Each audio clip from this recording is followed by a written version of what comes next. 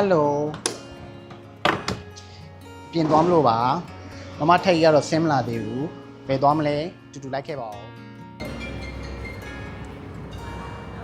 Hello အားလုံးပဲမင်္ဂလာပါ မင်္ဂလာပါရှင် ကျွန်တော်တို့ဒီနေ့ရောက်ရှိနေတဲ့နေရာလေးကတော့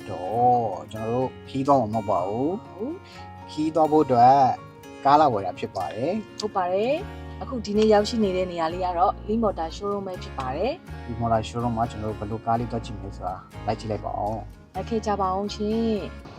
ဒီကားလေးကတော့ကျွန်တော် Leaf Motor နေပြီးတော့ပြီးခဲ့တဲ့ရက်ပိုင်းတွင်းမှာ launch လုပ်ထားတဲ့ B10 ကားလေးဖြစ်ပါတယ်ဒီကားလေးကိုကျွန်တော်တို့အသေးစိတ်လေ့လာကြည့်အောင်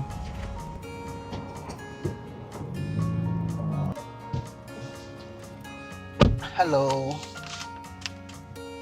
Motor B10 လေးကဆိုရင်ကျွန်တော်တို့တော့ရီပါညာကြီးမပါတော့ဘူးကျွန်တော်တို့ဒီကက်လေးတစ်ကက်နဲ့ပဲကျွန်တော်တို့ကအလုပ်လုပ်ရမှာဖြစ်တယ်အဲ့တော့ဟို smart cap ပုံစံမျိုးလေးဖြစ်သွားမယ်ကားလောက်ဖွင့်တာလေကျွန်တော်တို့ကဒီကက်လေးနဲ့ကျွန်တော်တို့မှန်မှထိလိုက်တာနဲ့ကားလော့လေးဖွင့်သွားမယ်အဲ့လိုမျိုးပဲဆက်နှိုးတဲ့ခါမှာလေဒီကက်လေးကိုကျွန်တော်ဒီအောက်မှာရှိတဲ့ wireless charger ပေါ်မှာတင်လိုက်တာနဲ့ကားက brake နင်းလိုက်တာနဲ့ stand by ဖြစ်သွားမယ်ကားထွက်ဖို့ ready ဖြစ်သွားမယ်ဒီကက်ကလေးကလည်းတော်တော်လေးသူ့ရဲ့ system လေးလောက်ထားတာလည်းတော်တော်လေးမိုက်တာကိုတွေ့ရပါတယ် ကတ်ကိုတော့တေချာတက်ရမှာ အေးဘောကက်ရှိပါရမှာဘောဟဲ့ကျွန်တော်တို့ကားထဲကိုစဝင်လိုက်တာနဲ့နှိပ်စီကဘာခလုတ်မှမတွေ့ရပါဘူး monitor screen နှစ်ခုရှိပါမယ်အလယ်မှာ14လက်မခွဲရှိတဲ့ infotainment screen ကြီးကြီးတစ်ခုရှိပါတယ်ဒါကားတစ်စီးလုံးရဲ့ function တွေအားလုံးကိုဒီ screen ထဲမှာပဲကျွန်တော်တို့ control လုပ်နိုင်မှာဖြစ်ပါတယ် driving mode အားဖြင့်ဆိုရင်လည်းကျွန်တော်တို့ driving mode 3မျိုးပါရှိမှာဖြစ်ပါတယ် comfort ရယ် standard ရယ် sport ရယ်ဆိုပြီးတော့3မျိုးပါလာတာတွေ့ရပါတယ်နောက်တစ်ခုမိုက်တာကကျွန်တော်တို့ဖုန်းနဲ့ဒါ Google Map သုံးနေကြမလို့တော့ပဲねဒီ screen ပေါ်မှာပဲမြန်မာဘာသာနဲ့ကျွန်တော်တို့တိတိကျကျအသုံးပြုနိုင်သွားမှာဖြစ်ပါတယ်ဒီ screen ကြီးတစ်ခုလုံးကိုဖုန်းမှာသုံးလို့ရတဲ့ application တွေအားလုံးကို Wi-Fi နဲ့ hotspot ချိတ်ပြီးတော့ download ဆွဲပြီးသုံးလို့ရမှာဖြစ်တယ် Facebook YouTube TikTok Viber အကုန်လုံးကိုဒီထဲမှာသုံးလို့ရမှာဖြစ်ပါတယ်ဒါလေးကလည်းတော်တော်မိုက်တဲ့အချက်လို့ပြောလို့ရပါတယ် wireless charger လေးကလည်းပါနေတယ်ဒါကလည်းကျွန်တော်တို့အတွက်ဆွဲဆောင်မှုတစ်ခုပေါ့နော်ပြီးတော့ coffee တောက်မလား coffee တောက်ချင်တဲ့သူတွေအတွက်ဒါ coffee cap ထားဖို့အတွက်နေရာလေးရှိမယ် PC ထားဖို့အတွက် space လေးတွေကလည်းသူ့အနေနဲ့သူဒါတင်တဲ့နေရာလေးတွေရှိတာကိုလည်းကျွန်တော်တွေ့ရပါတယ်သူ့ရဲ့ဒါ mid-size SUV မှာဆိုတော့သူ့ရဲ့ twin can ကျယ်ဝန်းလေးတွေကတော့ဒါတော်တော်လေးပြည့်ပြည့်စုံစုံလေးပါရှိအောင်ကျွန်တော်တို့တွေ့ရမှာဖြစ်ပါတယ်မိုက်တယ်ဒါကတော့ကျွန်တော်တို့ဒါမမထက်ယူအကြိုက် sunroof ကြီးဖြစ်ပါတယ်ဒီ sunroof ကလည်းဒါရှေ့ကနေပြီးတော့ဟိုးနောက်ထိအပြည့်ပါတာဖြစ်တယ်ဒါ B10 ရဲ့ဒါဆွဲဆောင်မှုတစ်ခုဖြစ်ဒီ sunroof ကြီးပါလာတာလည်းဒါတကယ်ကိုမိုက်ပါတယ်ဘောလီထိုင်ရတာအဆင်ပြေလား အာစင်ကိုပြေးနေတာပဲလက်ကလေးပါတင်ထားလို့ရတယ်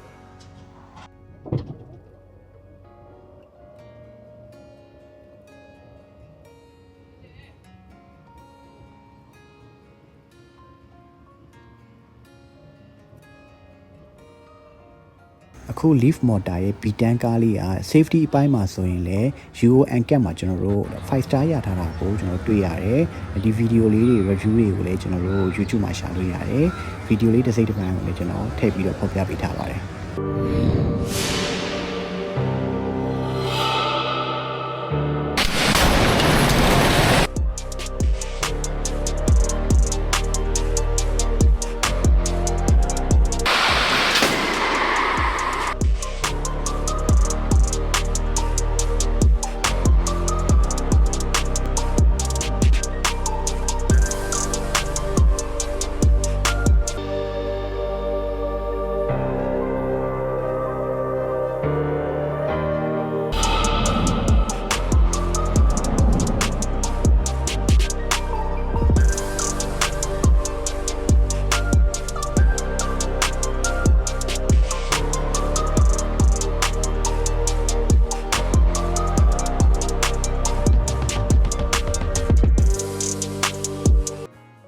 အခု